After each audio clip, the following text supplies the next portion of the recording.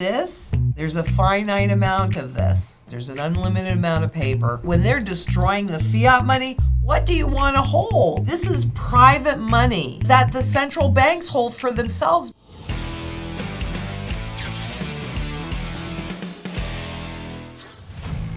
Please join us for our next live stream Sunday, July 25th at 9 p.m. Eastern. We'll go over current events, past guests, and of course, gold and silver news. Once again, our next live stream will be Sunday, July 25th, 9 p.m. Eastern. See you then. Hello again, everyone, and welcome to another edition of Silver Bullion Television, SBTV. I'm your host, Patrick Vieira. As always, if this video is something that interests you or helps you, please do subscribe, hit the bell to be notified on updates, and give us a thumbs up. Thumbs ups are always appreciated. Lynette Zang, Chief Market Analyst at ITM Trading, is back once again joining us. Lynette has been in the markets on some level since 19 blank blank. She's been a banker, stockbroker, and studied world currencies since 1987. And she believes strongly that we need to be as independent as possible, and at the same time, we need to come together as a community in order to survive and thrive through hyperinflation. We're delighted to have Lynette join us once again. It's time to saddle up and silver up for Lynette Zang. Lynette, welcome back to SBTV. How are you doing? I am doing great, and I'm very happy to be here, Patrick. Thank you for having me. We're happy to have you back. Always happy to have you back. You know, Lynette, a lot has happened since we last spoke, and currently we are seeing inflation starting to pick up, as you have so often told us about, even warned us about. Cost of living in the U.S. is going up. The Fed still says it's still transitory. IMF says this may be sustained. Who's right? I'm not crazy about either one of those entities, but if I had to pick a side, I'd pick the side of the IMF. And it's not just in the U.S., it's global, where we've seen, the basic necessities. So when Fed Chair Powell talks about transitory, he's really thinking about, airline prices that have spiked 40 or used car prices that have spiked 45% and airline prices that have spiked, 35 or 40% and hotel rooms that have spiked like 40% or something like that.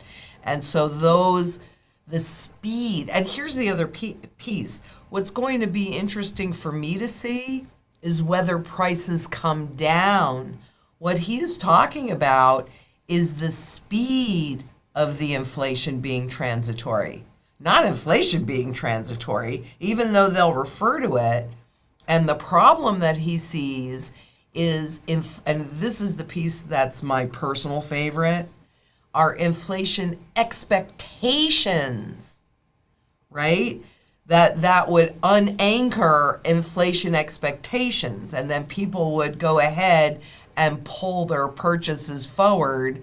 And I'm sure they want them to do it on debt because the banks, their loan books have been going down. I mean, there's so many unintended consequences or intended consequences. I mean, I don't really know.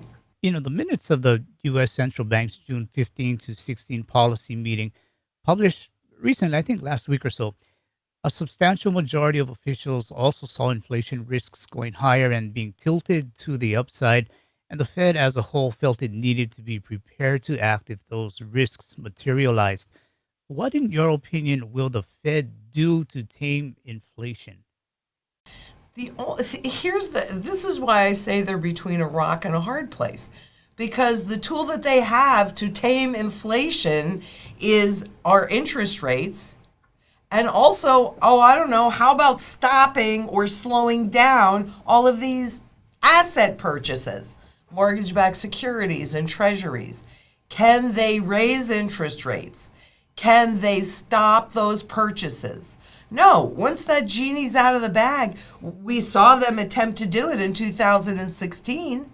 And what happened in September 19th, or September of 2019, in the reverse repo market, then they had to go in, and that's really when they started the QE back again in earnest. It wasn't because of the pandemic. It started before that. And you now have disruption in the repo market again because of all of this liquidity. there is nothing they can really do because they've done so much already. Yeah, it's a great point. We'll touch on the reverse repo market in just a bit.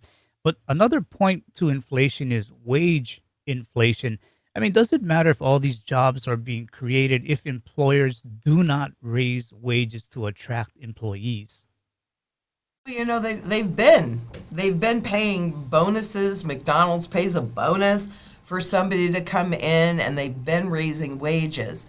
But so on the one hand, it looks like a lot of people are better off, but when you take into account food inflation, rent inflation, I mean, all of the inflations that matter to the normal human being, their wages have actually declined by 1.7%. Even at a $15 an hour wage, which, frankly, is that a living wage?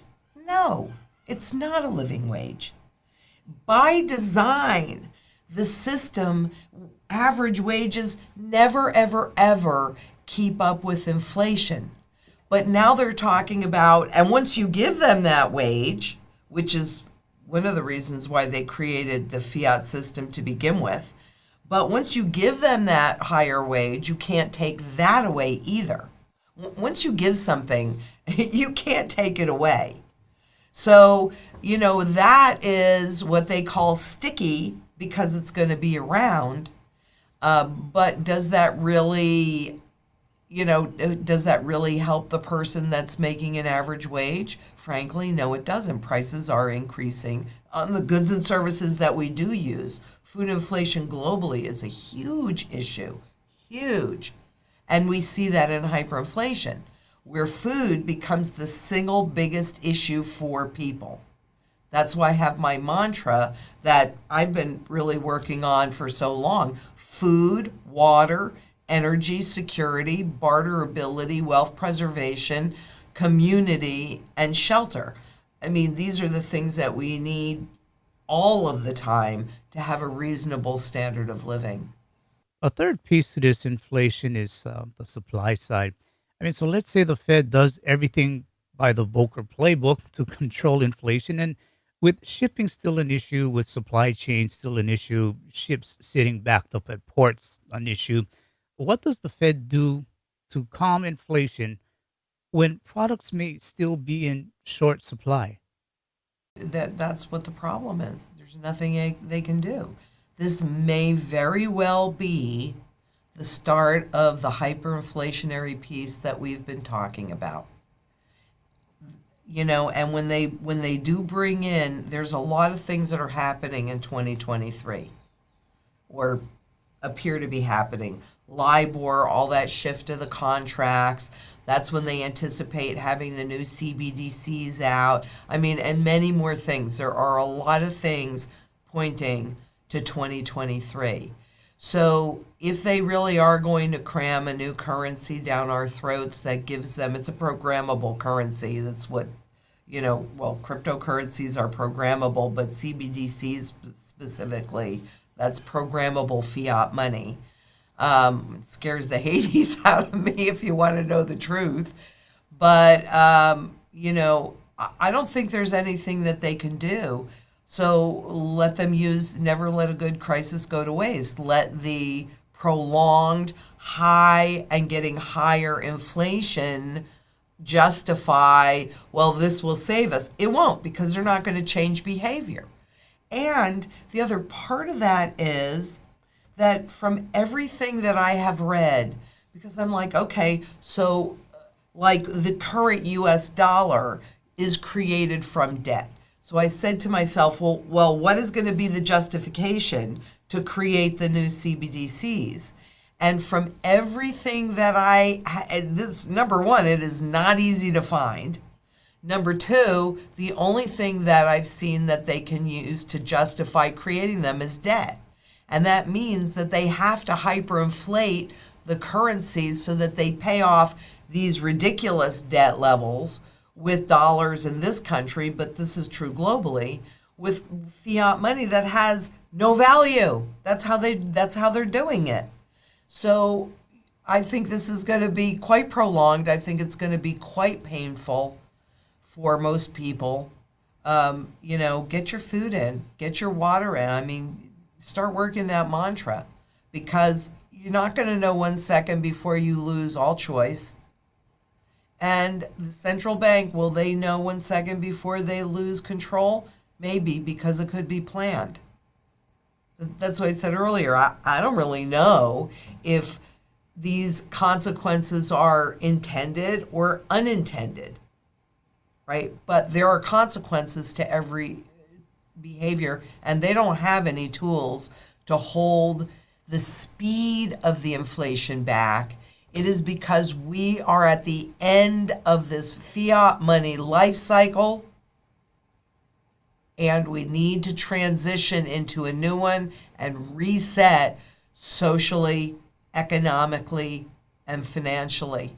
And that is painful. You're a lot younger than me. I was around in 71 when we transitioned from the off the gold standard onto the debt-based standard. And even though I didn't really understand what was happening, I was only in my teens. Excuse me. But I was old enough to see all the chaos and everything around it, and to feel the energy around it. And I'm telling you, this is much bigger than that, because we are going into, it's the fourth revolution. It is. And we're going into a surveillance economy, which should be pretty obvious to everybody. And China's definitely showing the world how to control and surveil their entire population. And if you don't think all other governments and central bankers are looking and watching the results of this, then everybody needs to think again. They can point fingers, but somehow they never look in a mirror. Yeah, I hear you completely agree with a lot of points. I mean, I think when we look back through history, we see how hyperinflation was the door for a lot of countries to bring in a new currency. So it could very well be the one to bring in the CBDC. Um, with the cryptocurrencies, though, some believe it's a store of wealth. Some say stable coins are what's needed. But I want to share a recent quote from Jerome Powell, where he said, "You wouldn't need stable coins. You wouldn't need cryptocurrencies if you had a digital U.S. currency." Is he sending smoke signals to the crypto market, preparing us for those CBDCs? Absolutely. And so is the Bank for International Settlements. I mean, they just recently came out with a piece and basically said, Bitcoin and cryptocurrencies are dangerous to financial stability, and they don't add to the greater public good, but CBDCs would. So, they're sending smoke signals. And I said this before many times, and I'm sure I'll say it again many times. There is no way on God's green earth that any central bank will willingly give up their money monopoly. It's just not going to happen. Now, maybe it'll be pulled out from their fingers, and we do need a revolution for that. And I'm not suggesting anybody raise arms or anything like that, because we vote with our purse. We vote with our choices. That's how we vote, and that's how we can create that revolution. But, these things are sold to the masses as convenient, right? So, but yeah, governments, central banks, they can regulate. Look at what China's done, to the crypto space. They can regulate them out of existence. That's the tool that they have against them. So they can use them to get eyeballs on it, get people comfortable in that space, but then they can regulate. So on the Bank for International Settlements, Money Flower, there is a small little space for private cryptocurrencies. So I don't think they're all going away. And it seems like Wall Street has decided that Bitcoin and Ethereum, but mostly Bitcoin, is what's going to survive. But I don't know which ones are going to survive. So I'm just kind of waiting. I haven't bought any. I'm waiting, but do I think that they're a store of value? Well, they've only been around since January 2009. So I don't think that's been tested or proven at this point. So I like gold. I like silver, that have been around for thousands of years, lived through the test. And part of it, for me, I look at the base of buyer. And both physical gold and physical silver, not the contracts, but the physical, they have the broadest base of buyer because they're used across the entire global economy. And, keeping in mind that in Europe, gold has now been, and it should have always been there, raised to a tier 1 asset because it is, according to the Bank for International Settlements, not me though, I agree, it is the only financial asset that runs zero counterparty risk. And when held at home, does not even run any political risk. That is according to the Bank for International Settlements. So, yeah, that's how I feel about that. Yeah, no, I was going to say another great point, and touching on this, Basel III kind of came and went, and we all had opinions on what was going to happen, and then the reality of the manipulated game kind of set in. It showed up a week or so later where the LBMA was granted an exemption that seemed almost like a presidential pardon. What's your take on this LBMA exemption? They were not ready to crash the paper market yet. I was looking for an additional postponement, but hey, that's even better. So that's really what it's about, because a rising gold price is an indication of a failing currency. Can they postpone everything until 2023? Maybe, maybe not. I don't know. Because at some point, it is highly probable that they will lose control. And whether or not that is a choice is also questionable, because you never let a good crisis go to waste. And we have to feel a tremendous amount of pain in order to just, okay, save me, Mr. Bill, right? I'll accept whatever it is that you want to cram down my throat. But it won't work. It won't work. By design, I believe. Okay, and I know we've been touching on quite a few topics here. And then we also had U.S. Treasury Secretary Janet Yellen warning of a U.S. default should Congress not attend to debt. Either Congress will need to extend the suspension of the debt ceiling, or they're going to have to raise it all before August. Either way, what impact do you think this will have on USD? Well, it's really interesting because we saw the dollar go up because of the anticipation of in 2022 or 2023, the Fed raising the rates, and therefore that attracts more money in there. But, here's the real answer. I expect the purchasing power value to continue to decline. It's declining more rapidly than I have ever seen it in my career. Okay, and that's because we're at the end. Now, the value of the dollar against other currencies is going to be dependent upon all of the manipulations inside of the foreign exchange currencies. But what really impacts you and me and everybody else that's listening to this and watching this is what you can buy with that currency. So that's what I anticipate. Of course, they're going to raise the debt ceiling. Frankly, I don't even know why they have it to bring it up as an issue this is now expiring at the end of 2 years. And the other part of that is that all of the new debt and the new money, rather, that was taken on by the Treasury or created and the Treasury's been holding, well, they have to get rid of about another $400 billion by August.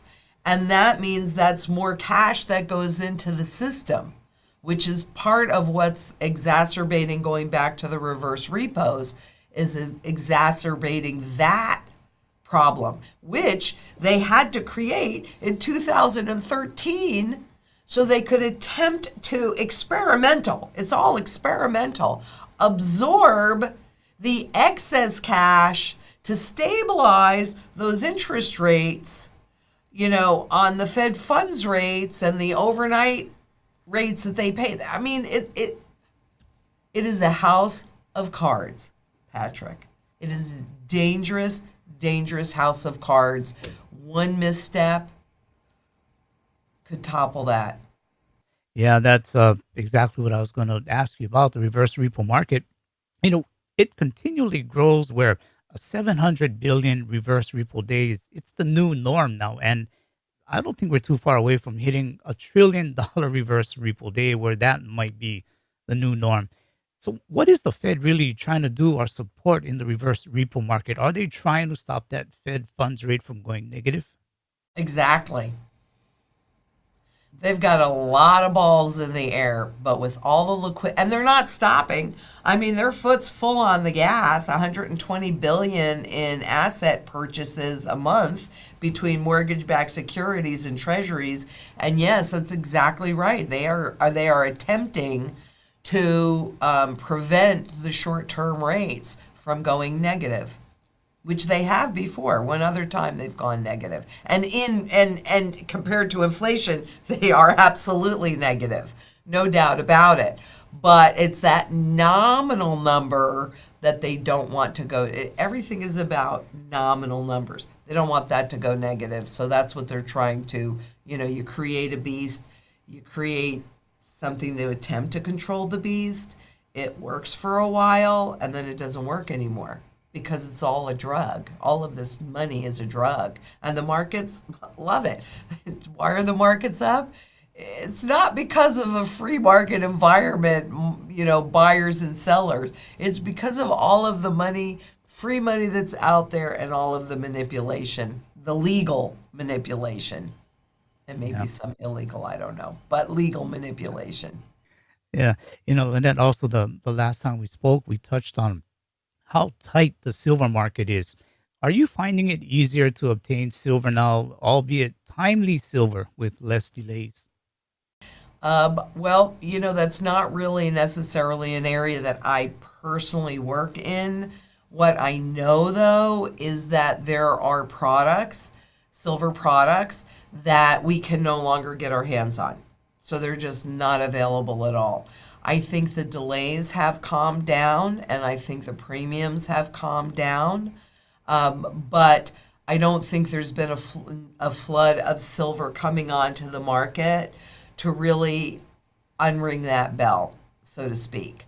And I don't think anybody really anticipates that that's going to change, because otherwise SLV would have never have had to have modified and changed their prospectus that their prices do not have to reflect the real prices. And they're not real prices anyway, because they can continue to create as much paper, digital silver as the banks want. Yeah, what you just said sounds about the same here in Singapore as well. So this is a global thing going on right now. But there's a finite amount of this. That's it. This is just a 1 ounce silver round. And there's a finite amount of that. There's an unlimited amount of paper. I mean, $26 an ounce. Give me a break. I appreciate it because I can just keep buying it at severely undervalued levels. Thank you, central banks and banks and manipulators. And the Reddit trade is attempting another run at silver. But as the talking heads on CNBC said the other day, there's so much silver out there. Oh my God. They're idiots. Idiots. Oh my God. There's so much silver out there. Really? Mm-hmm. Okay. You can create an unlimited amount of piece of paper if all you have to do is push a button. But this takes work. And depending upon the form, this is actually a rock in which there's gold and silver. They've got to process that to get it out of that rock. It takes labor. It takes energy. Lynette, I want to touch on that LBMA exemption one more time. This obviously let the wind out of the sails for many physical precious metals holders, where the hopes of the paper markets leading the physical markets would be coming to an end in some ways. How much more can we take, we meaning physical gold and silver buyers? I mean, what do we say to silver and gold physical investors, holders who, by all accounts, they're doing the right things? Well, for one thing, if you go back and you look at what happened to the spot price, understand that the spot price of gold and silver was created to manage those markets and, more importantly, manage your perception of those markets. So if you understand that and you can truly integrate it and you can truly understand that what you're looking at on the screen is Wall Street's manipulated price. And could they do it forever? Because I get that question a lot. Well, they can just do this forever. They will do it as long as it benefits them to do it.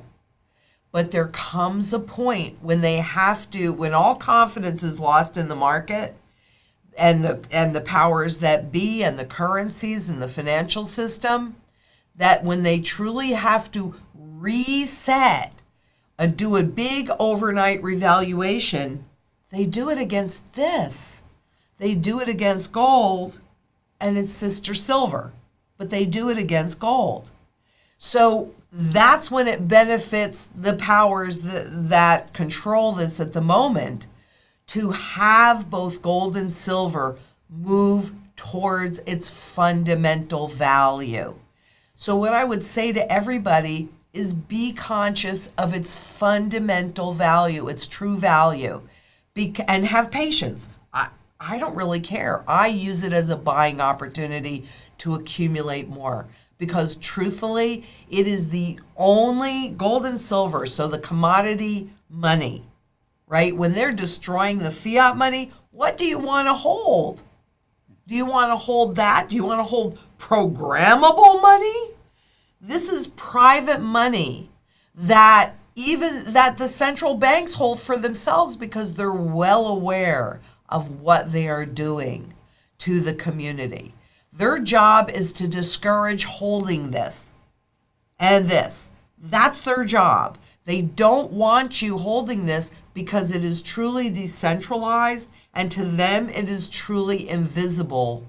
But when they reset these currencies, look, my Uncle Al, thank goodness for him. I mean, I have been groomed for this moment in time. And he taught me that anything physical that is of value, which this is high value, high quality money. The way the trend goes is from undervaluation to fair valuation to overvaluation to fair valuation to undervaluation. And that is constantly moving in that infinity sign. Because this particular gold, it's indestructible. We can account for 98% of all the gold that has ever been mined. And regardless of its form, it's monetary at its base. Any of this can be melted down and turned into different forms. It's used in electronics, it's used in silverware, it's used in jewelry, it's used in the financial system. So what I would say to people is be grateful that they're actually manipulating the price because that enables you to accumulate more of the only assets that have not been targeted for reflation and are severely undervalued. And the more debt that is grown, the more new paper that is created, the higher these valuations will go. Look at Venezuela. They're now entering their third overnight bam reset. Now, if you look at the price of gold there, it's gone up since they did the last one, but has it gone up dramatically yet? No. But will it? Yes. In 1971, when Nixon took us off the gold standard in the U.S. and then by de facto the world, you saw the gold prices go down and the silver prices go down for a while until 1980s, right? Then they peaked But paper contracts can suppress that because it makes it look like there's a whole lot more. So what I'm saying is, don't believe Wall Street. They're about manipulating what you think. Rather, use this as an accumulation and a buying opportunity, and make sure on top of it, because for me, this is barterable. This is wealth preservation, and this is the growth opportunity. So there's different kinds of metals to perform different functions. What we do at ITM is based upon the historic patterns, and we have a strategy based upon those patterns and based upon your individual goals. But you also need that food, water, energy, security, barterability, wealth preservation, community, which is what we're doing here, and shelter. You got to have a place to make your last stand too. We need all of that. Amen to all of that you just said. Lynette, before we wrap up, can you let our listeners know more about how they can find more of your work over at ITM Trading? Well, we have a website, itmtrading.com, and a very prolific YouTube channel. So you can go in there and either put in the search bar ITM Trading, or you can put my name, Lynette Zang. And we actually really like live human contact. So you could call us at 888-696-4653. And you can set up appointments to talk to one of our consultants. And, I think you'll be really happy because everybody there, we've worked together for a long time. We're all really smart, and we pay attention, and we create relationships, because it isn't, anybody can put you in gold and silver, but you kind of need to know how to utilize it and how to understand what it's really valued at, so you don't get fooled by Wall Street. Yeah, and as you said, it's all about communities. Lynette Zang, we appreciate the time you've given. I hope we can do this again soon. No, I always love coming here, Patrick. So 100%, yes, absolutely. That was Lynette Zang sharing her views on the markets and the economy. For more insights, please visit itmtrading.com. If you like this video, please give it a thumbs up and subscribe to the SBTV channel. Audio versions can be found on SBTV iTunes and SBTV Spotify.